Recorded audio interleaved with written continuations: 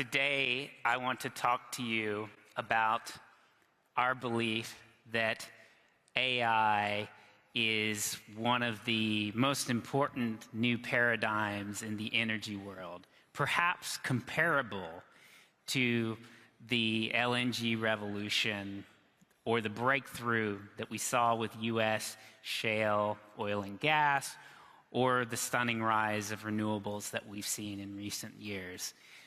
Earlier this month, Sam Altman was speaking before the U.S. Congress, and he said two things that I think are particularly relevant for the conversation today. One is he said that the cost of AI will ultimately converge to the cost of energy, and he also said the abundance of AI will be limited by the abundance of energy.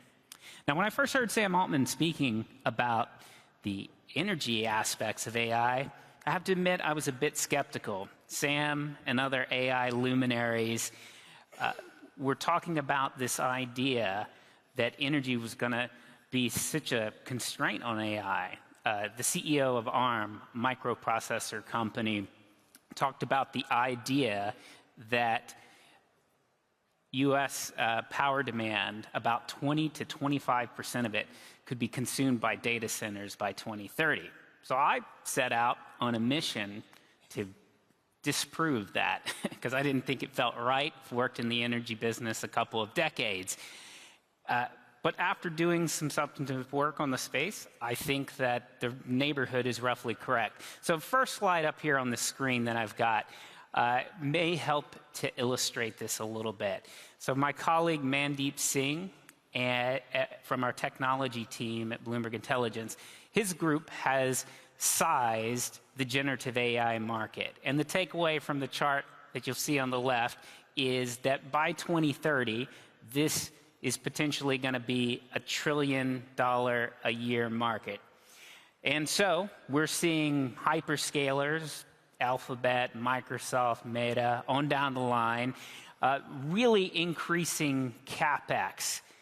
And over the last couple of years, CapEx has more than doubled for most of the players. They're building data centers, and those data centers consume quite a lot of power. So if you take the ideas from this group and translate it into power demand, here's what the figures look like. So if you use 2023 as a baseline, we think, at least in the US, data centers could, power demand could surge anywhere from 4x to 10x by 2030.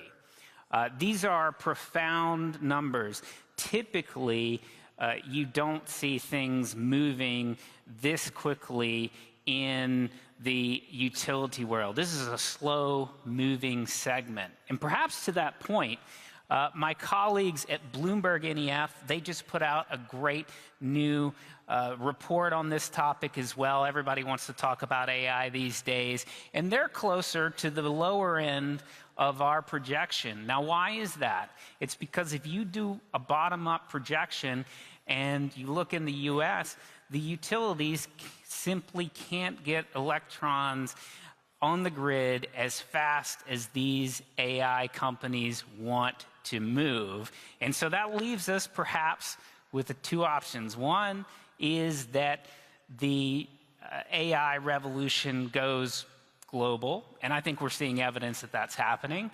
The other is that, maybe the industry will find a way. If you go read about XAI and what they've done with their facility in Memphis, I mean, they're building very quickly there, and they're being very creative about how they achieve that outcome. For those who don't think too much about power, I'll just quickly note that beyond AI, there are lots of other things that are shaping the narrative in that space. In the US right now, and globally, we are seeing a surge in manufacturing spending.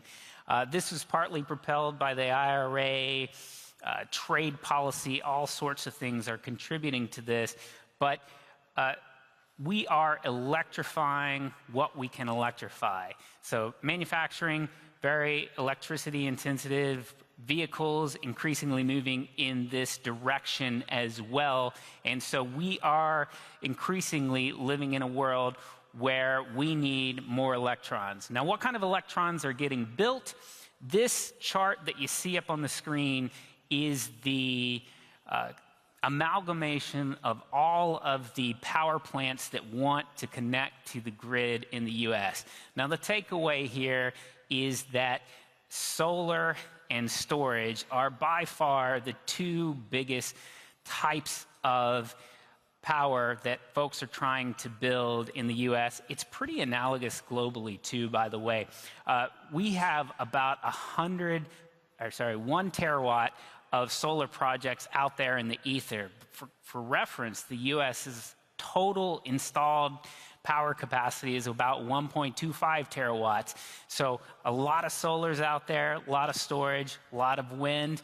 Of course, there's gas in the mix as well. But when you think about gas, there's a time constraint on the matter.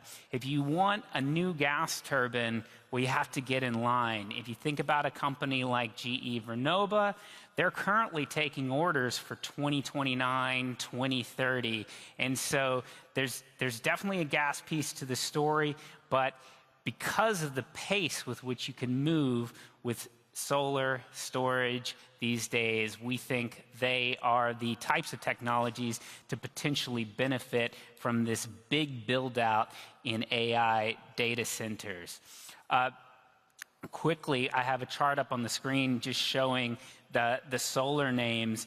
They had a really rough 2024, also a challenging 2023, despite a lot of optimism from the US president and the prior administration. We think they are back to growth in 2025 and future years as well, even with all the discussion about tax policy that's going on in the US. So look for solar names and storage names to be geared to the idea that data centers are rapidly propelling power demand. We think that the hyperscalers, despite their ambitions to be carbon neutral and all of their ESG goals, are a very practical lot. They are focused on rapidly scaling AI, and we don't see how you get there without a significant surge in gas use as well. This is a US-focused chart, but by 2030, we think US gas demand could increase somewhere by 3 to 10 BCF per day by 2030. And this is not the only pillar of the US gas story. LNG demand also growing quickly, as you know, here in this country. And we think that, the sort of playbook is that you see a combination of gas, solar, and storage. Maybe a quick comment on nuclear, because as we saw with the video just leading up to me, CEO of NVIDIA talked about nuclear. Nuclear, great technology. It's certainly carbon-free. And what I'm showing on the chart here is nuclear output from the US, very stable over the last 25 years. And we see this stunning rise of wind plus solar.